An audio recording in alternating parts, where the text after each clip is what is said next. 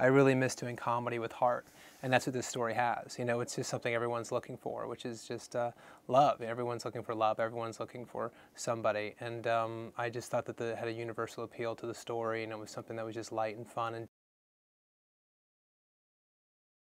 When in Rome is about a girl who's really down on love, who's had some bad experiences, and she goes to her sister's wedding in Rome, and she's very worried about her sister marrying this guy because she's only known him for 2 weeks, and she's very fatalistic about the possibilities of how this marriage is going to do. And while she's there, she meets a guy, and she finally lets her guard down, and she lets herself get swept away.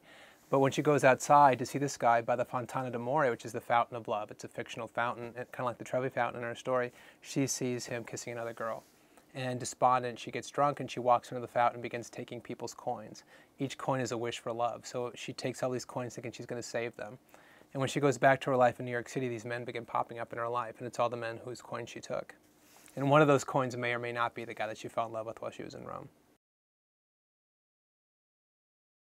K-Vel has that personality. She's got that type A, you know, in the best possible way personality. She's a perfectionist, and she's super smart, and she's driven, and lovely, and funny, and all these other, you know, has all these amazing qualities. And I really wanted somebody who was like that vibe of the youngest curator at the Guggenheim. The truth is, most curators in the Guggenheim, to be at that level, you got to be in your 40s and take. So she playing like a 28-year-old curator is somebody who's just excelled, you know, who's just like a genius level at what she does, and she's incredibly determined in the story, sometimes with real comedic results. She doesn't know when to stop.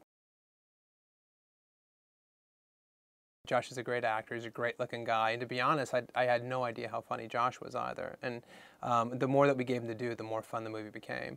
And I think, you know, we always thought, well, we've got all these other really funny comedians around our two leads, so we're safe with the comedy. You know, these guys can be romantic, and we'll surround them with really funny stuff. But what was great, what we discovered, is that Josh and K-Vel were so funny, you know, and so good together that their comedy is, you know, probably the best comedy in the movie.